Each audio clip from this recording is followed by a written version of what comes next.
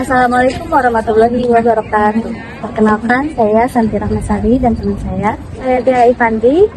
Kami dari Prodi Akuntansi ingin mempresentasikan hasil diskusi kami mengenai mata kuliah statistika, deskriptif, dan pengolahan data untuk memenuhi tugas akhir.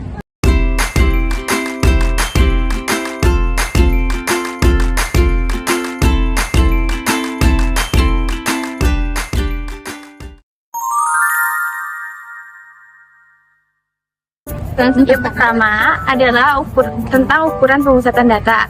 Ukuran pemusatan data adalah sembarangan ukuran yang menunjukkan pusat rumus data yang telah diurutkan dari yang terkecil sampai yang terbesar, atau sebaliknya dari yang terbesar sampai yang terkecil. Nah, selanjutnya ada jenis-jenis ukuran pemusatan data. Ukuran pemusatan data terbagi menjadi 3, yaitu yang pertama ada mean atau rata-rata, yang kedua adalah median atau nilai tengah, yang ketiga ada modus atau nilai yang sering muncul.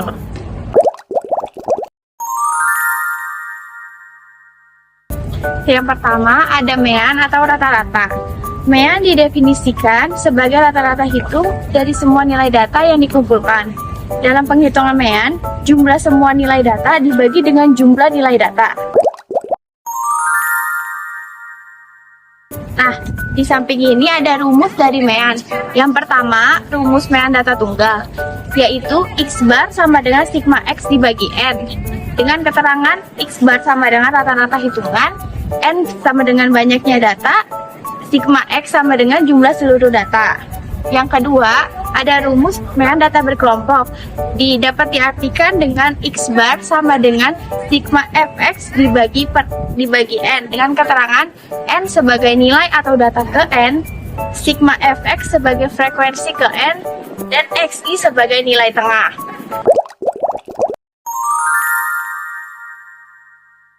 Nah, berikut ini ada contoh soal dari mean. Nilai matematika yang diperoleh oleh siswa kelas 8C SMP Budaya bisa disajikan dalam data berikut.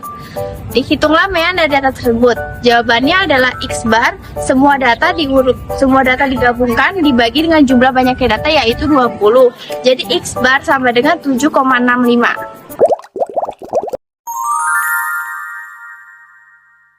Kemudian selanjutnya ada median atau nilai tengah. Yang pertama ada median data tunggal. 1. Data tunggal ganjil. Untuk data berjumlah ganjil, kita bisa lihat langsung datanya dan diambil angka tengahnya dengan rumus ME sama dengan N plus 1 dibagi 2. Yang kedua, ada data tunggal genap. Sementara untuk data berjumlah genap akan ada 2 angka yang di tengahnya bisa mendapatkan nilai mediannya. Kita mesti pakai rumus yang berada dengan penentuan median untuk data tunggal ganjil, dengan rumus ME sama dengan data ke N dibagi 2 plus data ke N dibagi 2 plus 1 dibagi 2. Yang B, ada median data berkelompok. Data berkelompok adalah data yang biasanya disajikan dalam bentuk tabel frekuensi, dan datanya tersebut sudah disusun atau dikelompokkan dalam kelas-kelas interval secara matematis dengan rumus ME sama dengan B plus P setengah N dikurang F per F.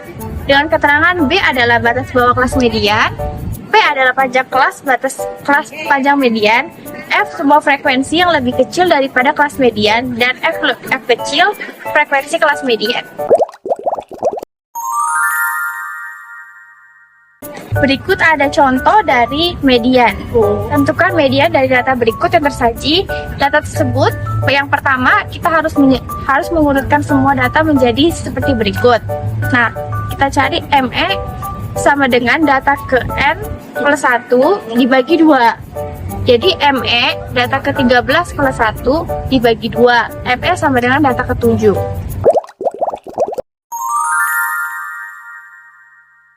Selanjutnya kita akan membahas tentang modus atau nilai yang sering muncul. Modus adalah nilai yang mempunyai frekuensi yang paling banyak. Modus tidak selalu tunggal atau bisa lebih dari satu nilai. Nah, contoh soal dari modus bisa dilihat dari sini. Dengan ketentuan carilah modus data tunggal dari settingan data berikut. Nah, penyelesaiannya dari settingan data tersebut dapat ditemukan bahwa nilai 35 muncul 3 kali yang merupakan frekuensi tertinggi. Oleh karena itu, modus data tunggalnya adalah 35.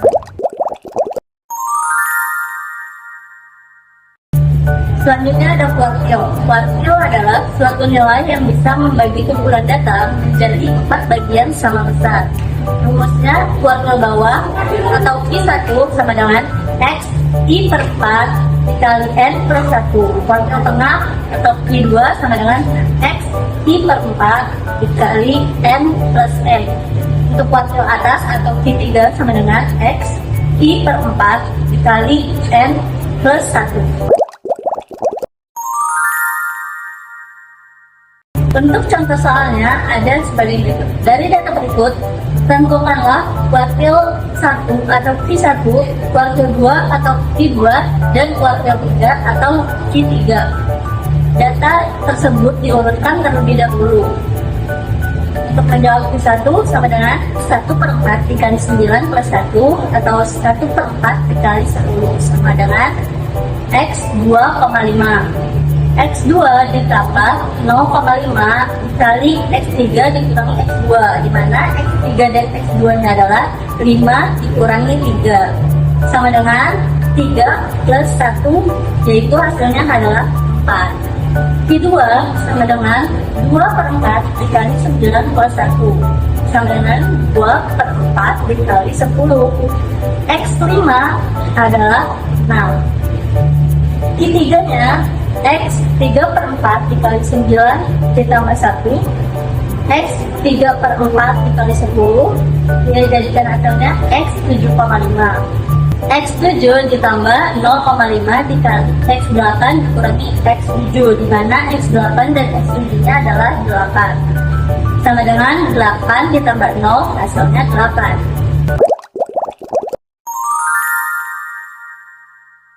Selanjutnya ada desil. Desil adalah suatu istilah yang menunjukkan pembagian data menjadi 10 bagian sama besar. Sebelum menentukan desil, data harus diurutkan terlebih dahulu ya. Rumus desil yaitu I sama dengan I dikali N plus 1 dibagi 10. Dengan I sama dengan 1, 2, 3 dan N sama dengan banyak data atau N lebih dari 10.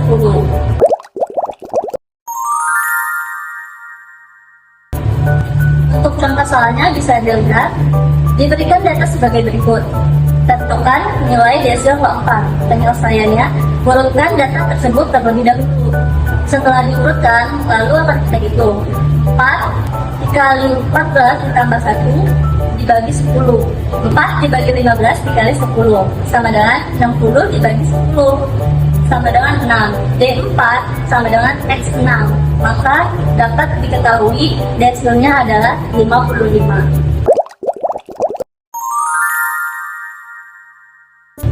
Terakhir ada persentil. Persentil berasal dari kata persen atau per 100, adalah suatu istilah dalam statistik yang menunjukkan pembagian data menjadi 100 bagian sama besar. Rumus persentil yaitu I sama dengan I dikali N plus 1 dibagi 100. Untuk contoh soalnya bisa dilihat. Diberikan data sebagai berikut.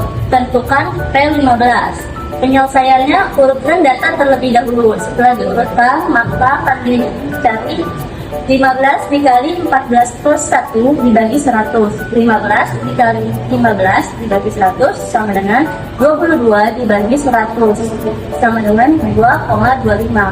Untuk mencari P15 nya yaitu P15 sama dengan X2 ditambah 0,25 kali X3 kurangi X2 sama dengan 35 ditambah 0,25 dikali 40 dikurangi 35. 40 dikurangi 35 hasilnya 5, maka menjadi 35 ditambah 1,25 hasilnya yaitu 36,25.